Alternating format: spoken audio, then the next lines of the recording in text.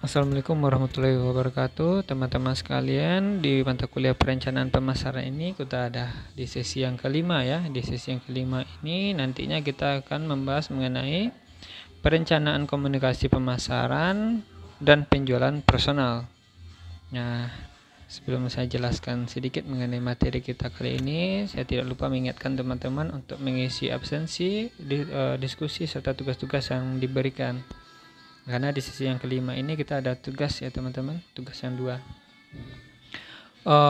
Teman-teman juga masih banyak juga jawaban-jawaban diskusi yang saya lihat yang itu masih mengcopy paste jawaban teman-teman sebelumnya.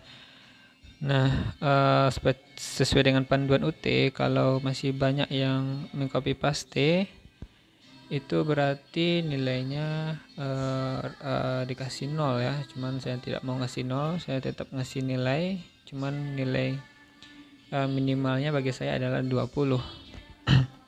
Namun saya yakin nilai 20 itu tidak akan membantu banyak teman-teman untuk dalam nilai akhir teman-teman di mata kuliah perencanaan pemasaran ini. Jadi saya harapkan teman-teman untuk menjawab sendiri menggunakan pendapat pribadi atau analisanya sendiri serta bisa memperkuat jawabannya dengan sumber-sumber ya. Namun saya tahu juga teman-teman itu pasti sibuk ya, banyak yang bekerja juga, punya kegiatan juga. Namun walaupun begitu teman-teman harus bisa membagi waktu ya, karena ya bagaimanapun ya kita sudah memilih ya, bekerja sambil kuliah, jadi itu konsekuensinya teman-teman. Nah, di sesi yang kelima ini teman-teman diharapkan mampu memahami dan menjelaskan konsep dasar dan perancangan perencanaan pemasaran serta aplikasinya dalam bauran pemasaran. Serta teman-teman juga harus mampu menjelaskan dan melakukan perencanaan komunikasi pemasaran dan penjualan personal, mampu menjelaskan perencanaan komunikasi pemasaran, mampu menjelaskan bentuk komunikasi pemasaran, mampu menjelaskan perencanaan program periklanan, mampu menjelaskan bentuk promosi penjualan, mampu menjelaskan peran strategi promosi penjualan, mampu menjelaskan perencanaan program hubungan masyarakat yang efektif, mampu menjelaskan perencanaan penjualan personal, dan mampu menjelaskan peran penjualan personal.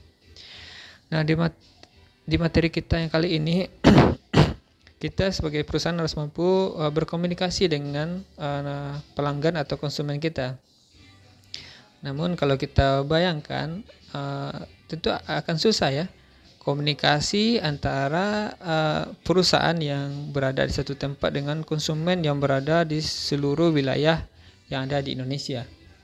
Namun walaupun begitu ada beberapa bentuk komunikasi pemasaran yang bisa kita lakukan. Yang pertama itu komunikasi impersonal ya, yaitu dengan iklan ya, seperti yang kita temui di televisi, sosial media, ya, media-media promosi penjualan, media elektronik dan lain-lainnya.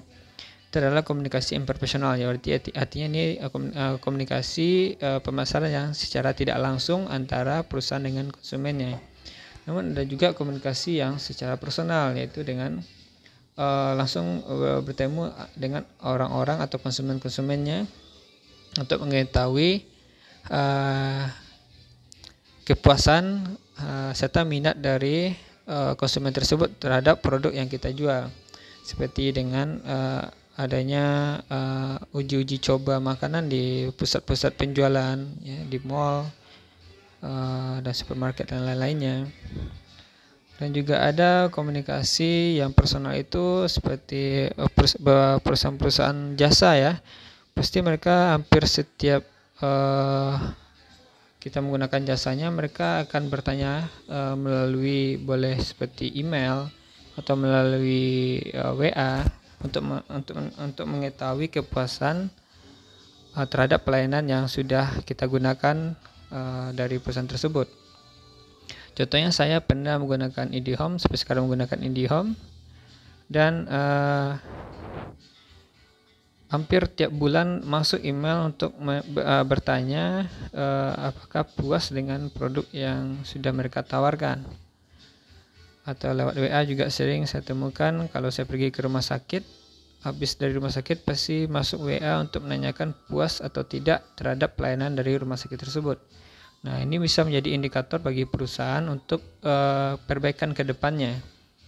karena tentu kita sebagai perusahaan punya kekurangan-kekurangan juga, dan bagaimana cara mengatasi kekurangan-kekurangan tersebut. Tentu kita butuh bantuan orang lain ya, selain kita tentunya kita tidak bisa mengetahui sendiri, akan susah mengetahui sendiri apa kekurangan-kekurangan perusahaan kita. Yang bisa mengetahui kekurangan perusahaan kita itu sebagian besar adalah dari konsumen yang sudah menggunakan produk atau jasa yang kita tawarkan, sehingga kita butuh bantuan mereka untuk memperbaiki perusahaan kita sehingga lebih baik ke depannya. Nah, nanti teman-teman juga bisa membaca bagaimana komunikasi pemasaran dan penjualan personal ini ya.